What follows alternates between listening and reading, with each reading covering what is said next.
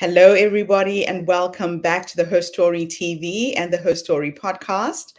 This is Getrude Matshe here in beautiful Melbourne, Australia.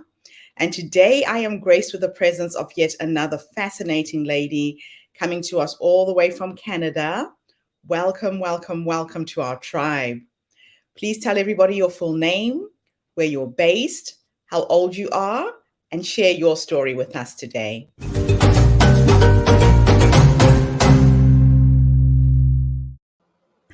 Hello, everybody. My name is Dr. Ashley Margeson. I'm a naturopathic doctor. I'm based in Halifax, Nova Scotia, which is a little province of 1 million people on the east coast of Canada. I got into naturopathic medicine, and my mom likes to say it came from this grade 7 health class where we had sex ed. And I remember going through this sex ed class, and everybody was talking about what a period was and how you shouldn't get pregnant. And that was the extent of it. And this idea of women's health being something that was negative didn't quite stick with me. And so I started to ask questions, and I came home and I chatted with my mom, and I was like, I don't understand. We're talking about 1/4 of a month. We're talking about 1 week. Well, what happens on the other 3 weeks? How do we get a period? How do the hormones shift? What is this all about? And are my hormones really just about whether or not I can have babies?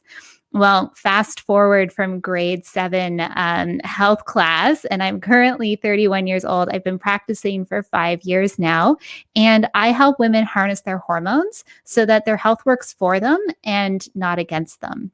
It's an absolutely fascinating thing to get to do every single day. And what my goal is, and what our goal is at Cornerstone Naturopathic, is to help put healthcare back into people's hands. So healthcare has been something that it's been a top-down approach for years. Your doctor tells you what to do, and then you do it. And either option A or option B, or sometimes option G happens. Well, we think it's a little bit of a different approach than that. So our goal is to basically act as navigators. What do you need to do? Where are you at right now? Where is your health going to be in 5, 10, 15, 30 years? And how can we create this absolutely amazing foundation so that your body and your hormones are truly making it easier for you to live? Wow. You know, it's not every day that we get information on what our hormones are actually doing to us as women. Mm-hmm. I know that you have very unique ways of helping women harness their hormones and work with them.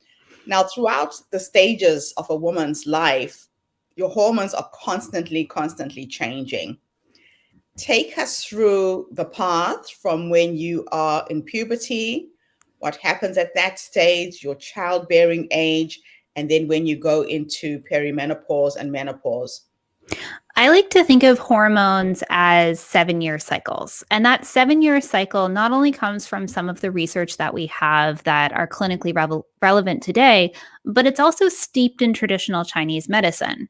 And so every 7 years in Chinese medicine, things change. So you basically enter a new stage of life. And that's very kind of in line with how our hormonal structure works. So generally, you get your period somewhere between the ages of 11 to 16, and that's your general time frame. Now, what that is based off of your mom and based off of your genetics, based off of your health history to date. And so as you're a teenager, basically what your hormones are doing is they're trying to figure out what's going on. Things are supposed to be a little irregular. Things are supposed to be a little different. Things are supposed to be a little off. It's normal at that point to have some spotting. It's normal to skip a period every once in a while, because what's happening is your estrogen is rising slowly over time. That estrogen talks to another hormone known as the follicle stimulating hormone, which is what's responsible for growing eggs that you then eventually ovulate. And we don't get things right every single time, especially at the beginning when you're learning something. So yeah, our hormones are a little bit different as we're teenagers. Bring that into your 20s, though, and your hormones have generally stabilized. And so what we see at that is two very distinct cycles. There's the follicular phase and there's the luteal phase. Your follicular phase is when estrogen's driving the conversation. Estrogen rises over the first half of your cycle, starting with day one is what we count as day one of our period is day one of our cycle. And it rises. As it does that, it actually suppresses that follicle stimulating hormone a little bit. So instead of growing multiple follicles on each ovary, we just grow one. And eventually, as that follicle reaches kind of its maturing point, we get a spike in another hormone known as the luteinizing hormone, which breaks open that follicle, and we get an egg, and we get the corpus luteum. Now, everybody talks about the egg because if the egg gets fertilized and it implants in the uterus, then that's great. That's fantastic. We now have a pregnancy that we're looking at. But the corpus luteum is kind of the main driver. The corpus luteum is what progesterone is built out of. And progesterone is the hormone that relaxes everything. It chills everything out. It calms your brain down. It actually works more on your brain than it does on your uterus itself. But progesterone's role is actually to offset and balance through all of the changes that are happening with estrogen in the luteal phase of our cycle. As we enter into the end of that luteal phase, so ovulation to start of our period, we get a decline in both estrogen and progesterone, which causes us to start our cycle.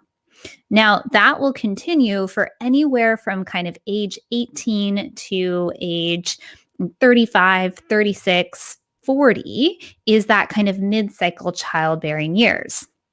And then we enter perimenopause. And whenever I meet a patient who are working with her hormones and stabilizing them through perimenopause, the one thing we know that is absolutely for sure is that nothing is for sure.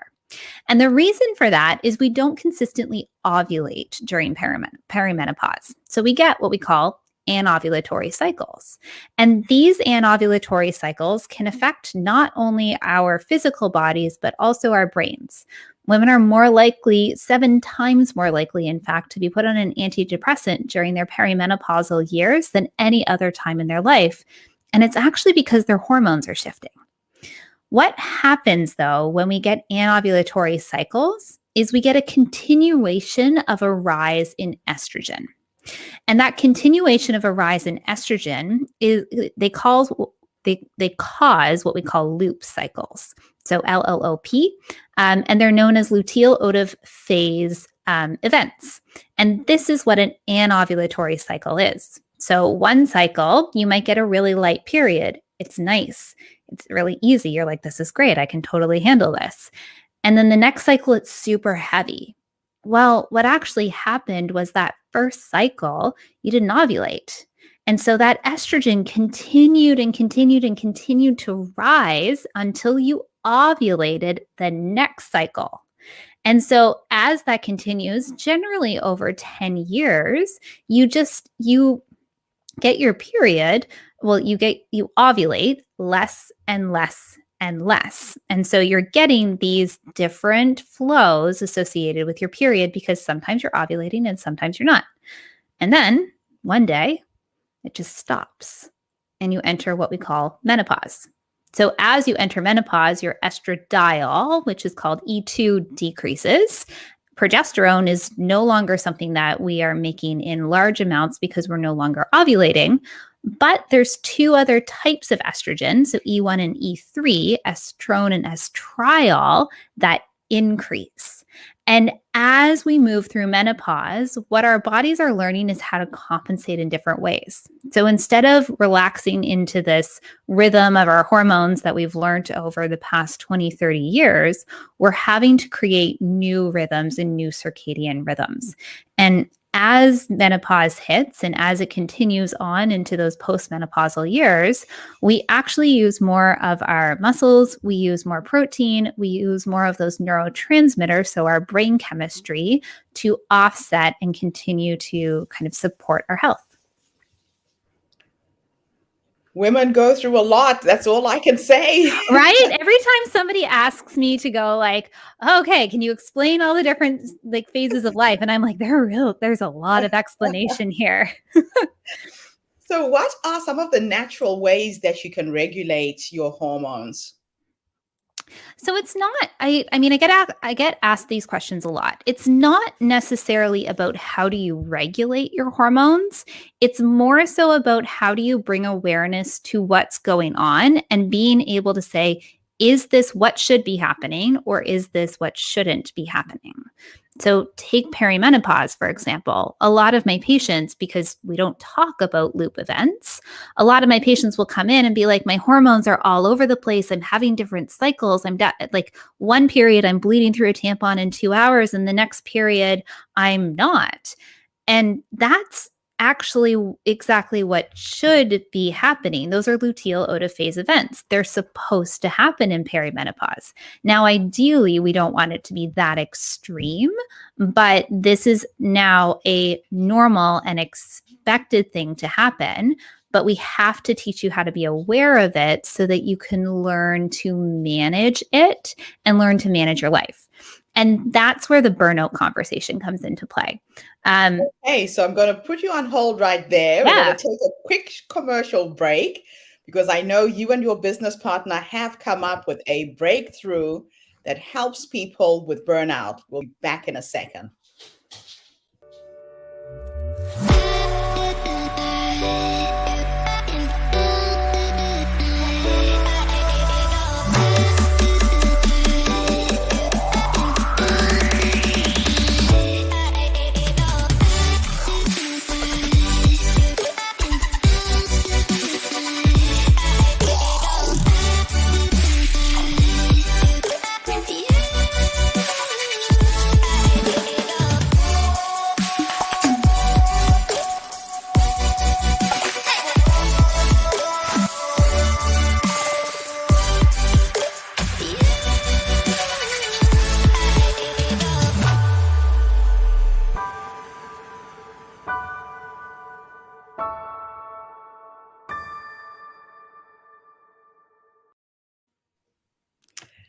That was just a quick reminder to all of our community, to people who tune in and listen.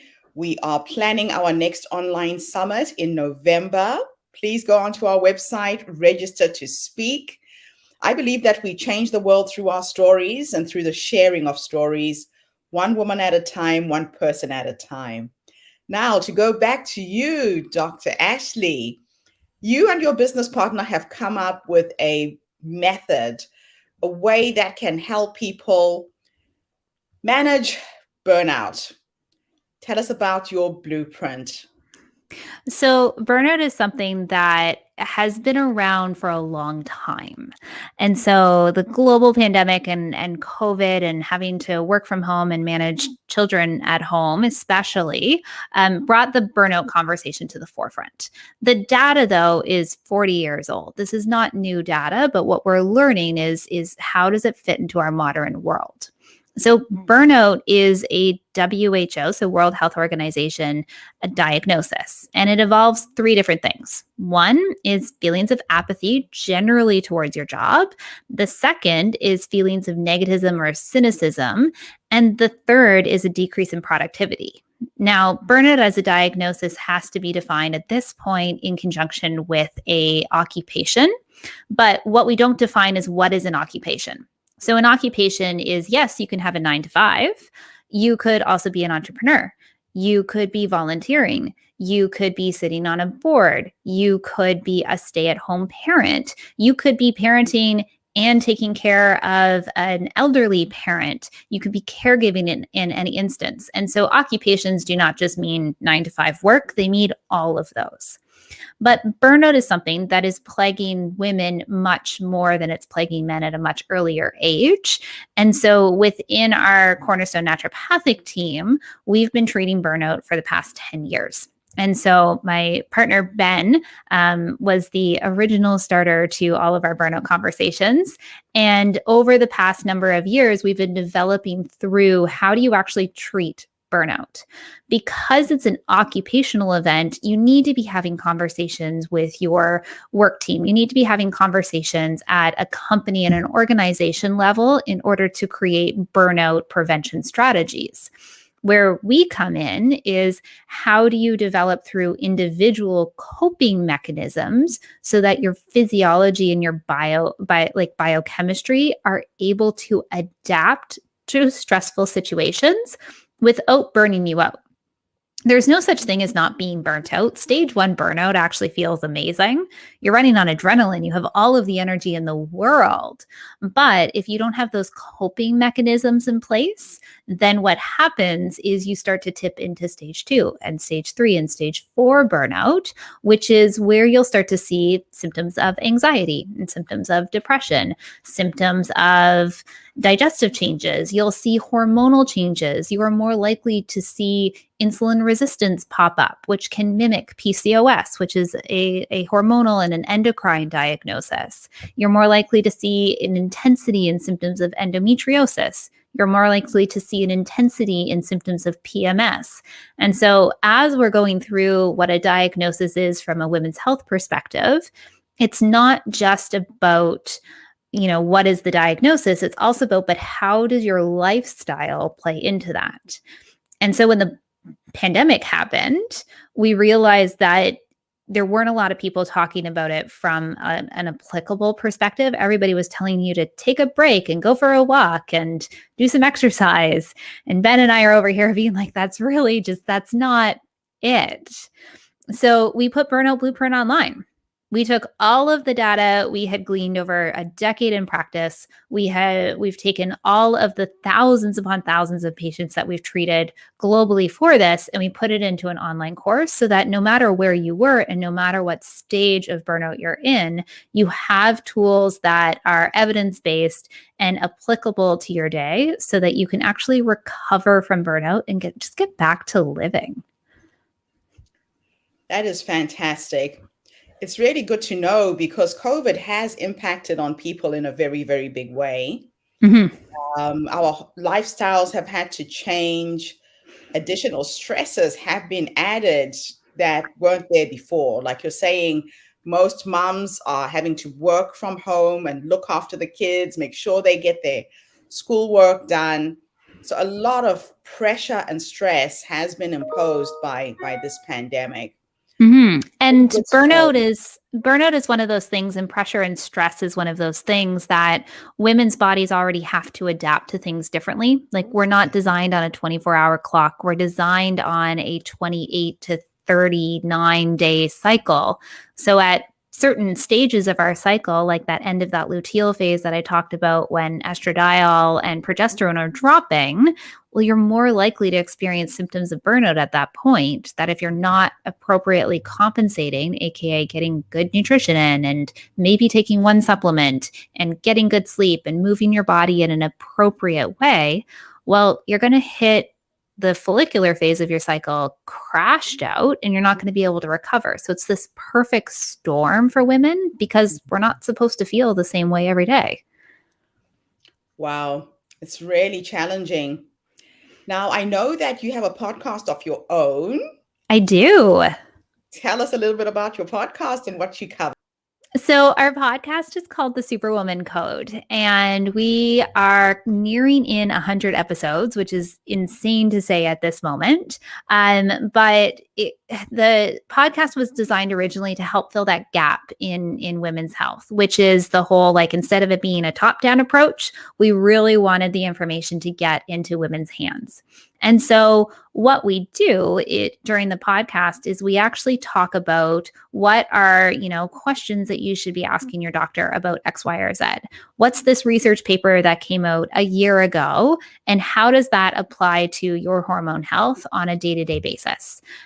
How can you be supporting yourself through burnout, through anxiety, through PMS, And I basically give you the tools that I talk about in my clinical practice for you to be able to start to implement at home. And so every week we launch an episode talking about a point of contact within women's health and how that applies to burnout and how you can be designing a life that you actually truly love. And we layer that all in with evidence-backed recommendations. So this is not we think this is what happens. This is here's the research paper. This is what it means in layman's terms. And now here's how you can apply it to your life. And so my goal as a practitioner has always been to work myself out of a job. And the podcast allows that to get to every single woman's hands right across the world. I love that. A lot of times people go into the work setting, into business without an exit strategy. So you have literally planned I have an exit strategy all planned, and it involves basically completely changing how we approach women's health. I love that. So what would you say in life has been your biggest failure? And what would you say has been your biggest success? I thrive on failures, and I don't necessarily deem them as a failure, but my goal is to always have more questions unanswered than answered at the end of the day. And so I deem a day to have been quote unquote a failure or a quarter to have been quote unquote a failure if I haven't learned something. So, and this is, like you can go back to the beginning of the podcast and listen to how we've talked about burnout. And then, 3 years in, how are we talking about it now? It's changed dramatically. And it's changed dramatically for a couple of reasons. One of which is the fact that the data has been updated. So as research comes out and as data comes out, we obviously change our recommendations because that's what we should do. But we've also learned more. Clinical experience has gotten more. We know how to see things slightly differently. And so the podcast has grown and clinical practice has grown and our work has grown because of that. So if that doesn't happen and if I don't really get challenged during a day, then I'm like, oh, how do I challenge myself more? How do I glean some more information from my brain? How do I make myself think about things in a different way? And kind of that all leads to this idea of like, what does business success mean? There's no such thing as balance, right? Balance means you're like taking one thing and you're pulling another away, and you're always trying to like keep the scale that's invisible, that just has a pile of external and internal expectations created upon it. You're trying to balance something that technically is designed not to balance. So business success for me is about integration. Do I have energy at the end of the day to spend with my kids and my partner? Do I want to take the dog for a walk around the block when I get home? Am I bottomed out or I'm excited? Am I excited to spend time doing homework? Am I excited to spend time like running around? And do I have the energy to run around with my kids? And so all of that is how I approach what a business success is. It's creating time and space to spend outside of the business. And it comes down to my goal in life is for my patients to not need me. Because if I've done my job right, then not only have we fixed whatever problem they've come in with, I've also given them the tools to be able to fix that problem again, or at least be aware of that problem before it gets to the stage when I met them first. And so a business success for me is always like, do you need me anymore? Because if you don't, that's great. I've done my job. This is exactly what it's supposed to be. I love that. And that goes against the traditional model of what doctors and health practitioners do. Sometimes they just slap a Band-Aid on the problem and you're constantly having to go back and look for more help. Mm-hmm. But that's how, and that's the difference with how we work is we're solving problems, but we're solving problems from a foundation perspective. So if you're in my office, to me, it's no different to give somebody a supplement without figuring out why than it is to give somebody a medication. And sometimes the medication's the right job or the right problem for the job because it gets us to the end point that we're reaching for. And so it's about layering everything in. It's so individualized, right? Like your genetic history is very different than my genetic history. It's probably different than my hormonal history compared to yours. And we have to recognize that within the conversation around women's health.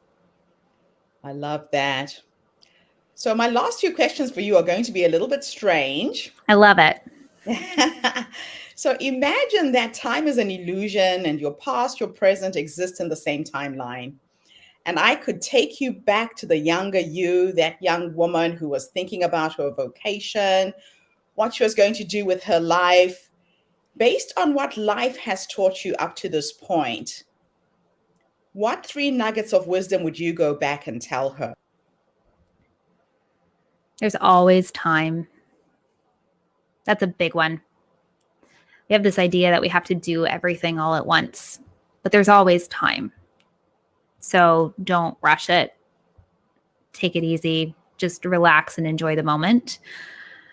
As a recovering perfectionist, perfect is not the goal in the real world. Maybe it is when we're in school and we're chasing that A and we're chasing all of these things, but it's really not. Done is better than perfect. I think I probably would have relaxed a lot as a teenager and in my 20s if I had realized that sooner. And you can't plan it all out. It's more so just, so I live on the ocean.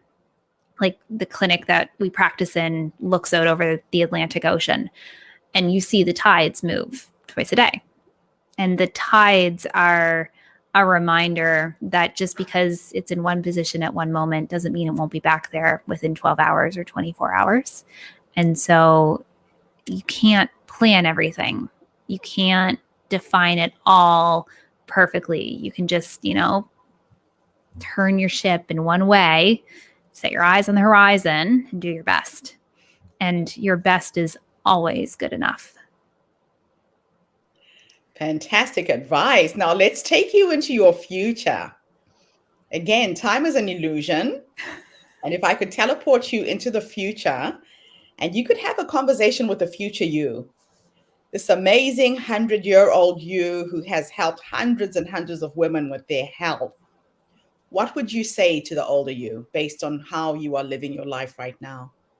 Oh, I'd want to know if she had fun. I would want to know how many rules she broke and how much fun she had. That's what I would want to know. That would be an amazing conversation. But that's my goal. My goal is actually to not live to be 100. I'm aiming for like late 80s. Like that's my goal. And I just want to be able to go, like live long, and then I want to die really fast. And to me, that's the best way of living, is to live long and as full of vivacious energy and rule breaking and everything that I can, and then go really quickly, hopefully overnight. I love that. I love the way you live your life. Thank you so much for coming online today and sharing your wisdom with us. Is there anything I should have asked you that I left out? I don't think so. Though I do always love talking about self-care. And self-care is this, especially within the burnout conversation and within the hormone conversation, we get this idea of self-care. And self-care is brought out to be something that you almost have to purchase.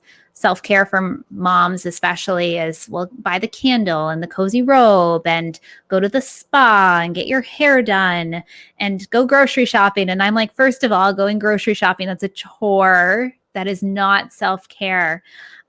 But what true self-care is, and what the true understanding of self-care is how do you build your life with things that truly bring you joy? Good self-care is financial management. Good self-care is understanding your hormones. Good self-care is mental health management. Sometimes the best self-care is actually just turning off your phone. And so as we kind of develop in through the burnout conversation and the hormone conversation, what's underlying it and the fire that's really sparking me these days is how do we create a revolution around what self-care actually is? Wonderful. Wow. Beautiful end to our interview. Thank you again so much for coming online and gracing us with your presence. And thank you to everybody who's tuned in today. We are focused on women's health. Putting yourself first. Self-care, like you said, is extremely important.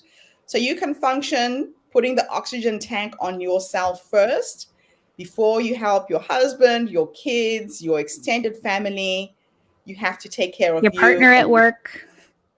Exactly. Thank you, everybody. I'll be back again tomorrow with yet another amazing guest. Dr. Ashley, don't go away. Remember to register for our next online summit. We are looking for fascinating stories. Our focus is on health and wellness, business and entrepreneurship, spirituality, social justice. And if you're creative, come and dance, come and sing, come and paint a picture. Express yourself in any way you can. Register for the next online summit in November. And thank you again for coming online today.